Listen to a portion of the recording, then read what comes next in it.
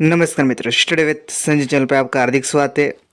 आज हम बात करने वाले हैं 15 और 16 अगस्त के करंट रिलेटेड जो भी मोस्ट इम्पोर्टेंट क्वेश्चन बन सकते हैं इसके बारे में जानेंगे, और साथ में इसके रिलेटेड जो भी स्टैटिक जीके बन सकता है या फैक्ट बन सकते हैं तो वो भी जानेंगे। और मेरे साथ आप टेलीग्राम आईडी पे जुड़ना चाहते हो तो इस आईडी पे जुड़ सकते हो, और इंस्टाग्राम आईडी पे यहाँ पे जुड़ सकते हो। तो शुरू करते हैं। पहला क्वेश्चन, हाल ही में अमेरिका ने किस देश को 20 अरब डॉलर के हथियार पैकेज की मंजूरी दी थी? तो ये अमेरिका ने इजराइल को 20 अरब डॉलर के हथियार पैकेज की मंजूरी दे दी। मतलब अमेरिका जो 20 अरब डॉलर का है वो इजराइल हथियार खरीद सकता है। तो इसका आंसर बनेगा बी, इजराइल।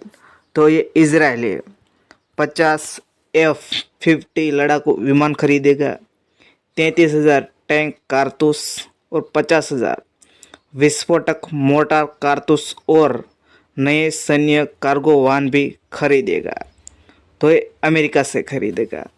तो नेक्स्ट देखते हैं, इस साल स्वतंत्रता दिवस की थीम क्या था? तो हाल ही में 15 अगस्त को हमारे देश में 78वां स्वतंत्रता दिवस मनाया गया है, और इसकी थीम रखी गई है विकसित भारत @2047। तो इसका आंसर बनेगा सी, मतलब हमारा देश विकसित भारत बनने का सपना है और 2000 मतलब 2047 तक है। तो ये आपको याद रखना है। तो नेक्स्ट देखते हैं, हर साल विभाजन विभीषिका स्मृति दिवस किस दिन मनाया जाता है? तो ये दिन जब हमारा देश आज़ाद होता है इसके अगले दिन मतलब 14 अगस्त को विभाजन विभीषिका स्मृति दिवस मनाया जाता है। तो इसका आंसर बनेगा सी। तो इसकी शुरुआत की गई थी और प्राइम मिनिस्टर नरेंद्र मोदी ने साल 2021 में 14 अगस्त को विभाजन विभीषिका स्मृति दिवस के रूप में मनाने की घोषणा की थी। ये क्यों मनाया जाता है? क्योंकि जब 15 अगस्त 1947 में हमारे देश का बंटवारा हुआ था पाकिस्तान और भारत में, तो उसके कारण जब वहाँ के लोग पलायन हुए थे, पलायन के कारण बहुत सारी घटनाएं घटी थी। इसके याद में विभाजन विभीषिका स्मृति दिवस मनाया जाता है। तो अगस्त के इम्पोर्टेंट डे के बारे में जानते हैं। 1 अगस्त को राष्ट्रीय पर्वतारोहण दिवस, वर्ल्ड वाइड वेब दिवस मनाया जाता है। 1 से 7 अगस्त को विश्व स्तनपात सप्ताह मनाया जाता है। 6 अगस्त को हिरोशिमा दिवस मनाया जाता है। 7 अगस्त को राष्ट्रीय हथकरघा दिवस, राष्ट्रीय भाला फेंक दिवस मनाया जाता है। 9 अगस्त को नागासाकी दिवस मनाया जाता है। 10 अगस्त को विश्व शेर दिवस, विश्व जैव ईंधन दिवस मनाया जाता है। 12 अगस्त को विश्व हाथी दिवस मनाया जाता है और अंतर्राष्ट्रीय युवा दिवस मनाया जाता है। 13 अगस्त को विश्व अंगदान दिवस मनाया जाता है और 14 अगस्त को विभाजन विभीषिका स्मृति दिवस मनाया जाता है। तो ये अगस्त में इम्पोर्टेंट डे मनाया जाता है। तो नेक्स्ट देखते हैं, हाल ही में किसने अमृत उद्यान ग्रीष्मकालीन वार्षिक संस्करण 2024 का उद्घाटन किया है? तो ये उद्घाटन द्रौपदी मुर्मू ने किया है। तो इसका आंसर बनेगा डी। तो द्रौपदी मुर्मू ने नई दिल्ली में अमृत उद्यान ग्रीष्मकालीन वार्षिक संस्करण 2024 का उद्घाटन किया गया है। तो ये है जो अमृत उद्यान है, इसको पहले मुगल गार्डन के नाम से जाना जाता था। ये जनता के लिए खुला कर दिया है, मतलब जनता फ्री में वहाँ घूम सकती है। तो ये 16 अगस्त से 15 सितंबर तक 2024 तक एक खुला रहेगा। ये आपको याद रखना है, अमृत उद्यान, जो इसको पहले मुगल गार्डन कहते रहे थे। तो नेक्स्ट देखते हैं, हाल ही में किस देश के प्रधानमंत्री श्रेष्ठा थाविसिन को नैतिक उल्लंघन कारण से पद से हटा दिया है? तो ये थाईलैंड के प्रधानमंत्री थे। तो इसका आंसर बनेगा ए, थाईलैंड। तो थाईलैंड देश के प्रधानमंत्री श्रेष्ठा थाविसिन को नैतिक उल्लंघन के कारण पद से हटा दिया है। तो थाईलैंड के संवैधानिक न्यायालय ने जेल की सजा काटे चुके एक पूर्व वकील को मंत्री चुनकर संविधान का उल्लंघन करने के कारण प्रधानमंत्री श्रेष्ठ थाविसिन को हटा दिया है। तो थाईलैंड के बारे में जानते हैं। थाईलैंड तो ये मैप में देख सकते हो, थाईलैंड है और थाईलैंड की राजधानी वो बैंकॉक है और इसकी करेंसी है थाई बाट है और इसके प्राइम मिनिस्टर को हाल में हटा दिया है। तो नेक्स्ट आने वाले इसके बारे में जानेंगे। तो नेक्स्ट देखते हैं। हाल ही में एमएसएमई में सहयोग को बढ़ावा देने के लिए भारत और किस देश ने समझौता किया है? तो ए समझौता अमेरिका के साथ किया है। तो इसका आंसर बनेगा सी। तो भारत और अमेरिका ने एमएसएमई में सहयोग को बढ़ावा देने के लिए समझौता किया है। तो एमएसएमई क्या होता है? एमएसएमई होता है माइक्रो स्मॉल मीडियम एंटरप्राइज को बढ़ावा देने के लिए ये समझौता किया गया है। जो नई दिल्ली में वो एमएसएमई मंत्रालय के सचिव एससीएल दास और यूएस के जो एसबीई है मतलब वो प्रशंसक इसाबेल कैसिलास गुजमैन ने यह समझौता किया है। तो नेक्स्ट देखते हैं। हाल ही में भारतीय क्रिकेट टीम के बॉलिंग कोच कौन बने हैं? तो ए मोर्ने मोरकल बने हैं। तो इसका आंसर बनेगा बी मोर्ने मोरकल। तो मोर्ने मोरकल भारतीय क्रिकेट टीम के बॉलिंग कोच बने हैं। तो भारतीय टीम के मुख्य कोच है वो है गौतम गंभीर है। तो नेक्स्ट देखते हैं। हाल ही में जीना रोलैंड्स का निधन हो गया है। वह क्या थी? तो एक हॉलीवुड अभिनेत्री थी।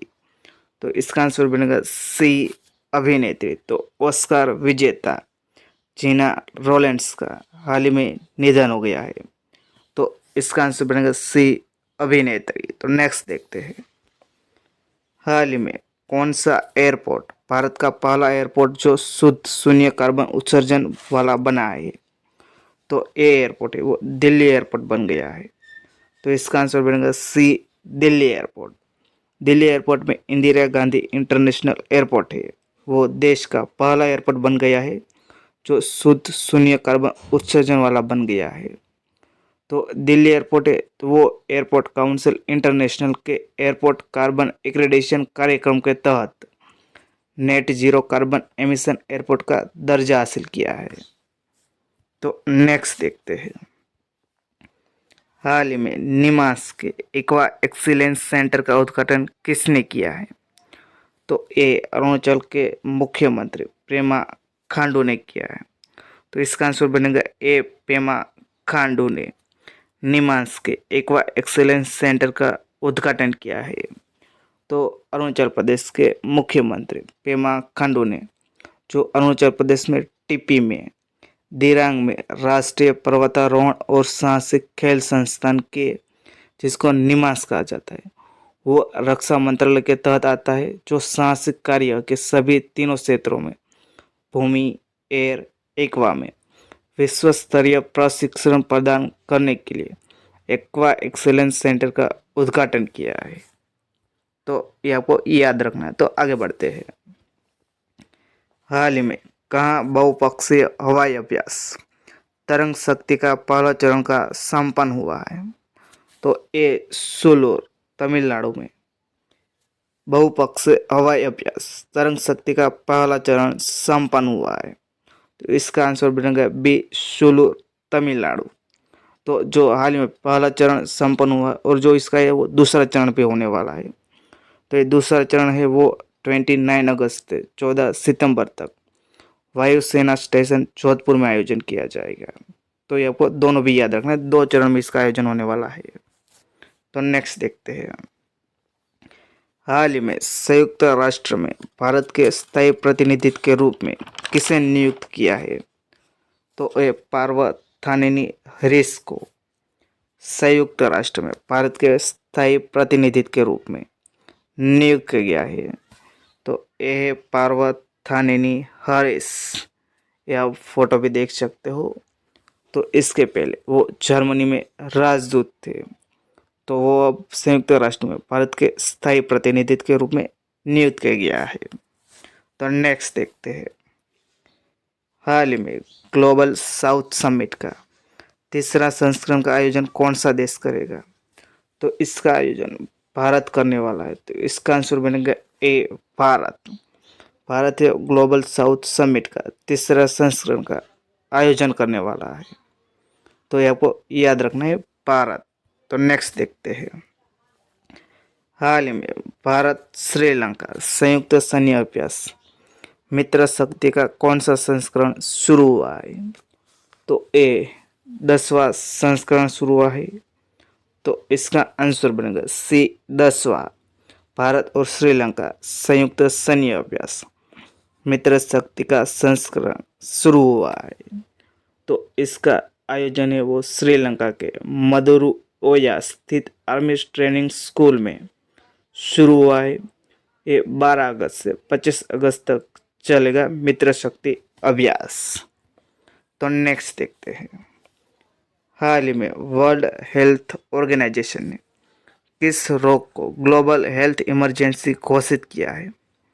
तो ये मंकी पॉक्स को, जिसके हम एमपॉक्स भी कहते हैं, उसको वर्ल्ड हेल्थ ऑर्गेनाइजेशन के डायरेक्टर टेड्रोस अदनम गैब्रेयेसस ने ग्लोबल हेल्थ इमरजेंसी घोषित किया है। तो इस मंकी पॉक्स वायरस होता है, जो जूनोसिस वायरस होता है, जो जानवर में मानव में फैलता है। तो ये क्या क्या इसकी जो है कैरेक्टर दिख रहा है, मतलब इसका लक्षण देखने को मिलता है। तो बुखार आना, खरोच जैसे निशान होना, सिर दर्द होना, ठंड लगना, थकान महसूस होना, मांसपेशियों में दर्द होना और त्वचा के लाल चकते हो जाना। तो ये इसके लक्षण देखने को मिलता है मंकी पॉक्स के। तो ये हाल में अफ्रीकन जो इसकी हेल्थ बॉडी है उसने इमरजेंसी घोषित कर दिया है, हेल्थ इमरजेंसी। ये भी आपकी याद रखना है। इसको मंकी पॉक्स क्यों कहा जाता है? क्योंकि फर्स्ट बार 1958 में डेमोक्रेटिक रिपब्लिक ऑफ कॉन्गो में ये पहली बार देखने को मिला था। इसके कारण इसको मंकी में देखने को मिला था, इसके कारण इसको एमपॉक्स या मंकी पॉक्स कहा जाता है। तो वीडियो आपको अच्छा लगे तो लाइक कर देना, शेयर कर देना, चैनल पर चैनल को सब्सक्राइब कर देना। वीडियो देखने के लिए थैंक यू सो मच।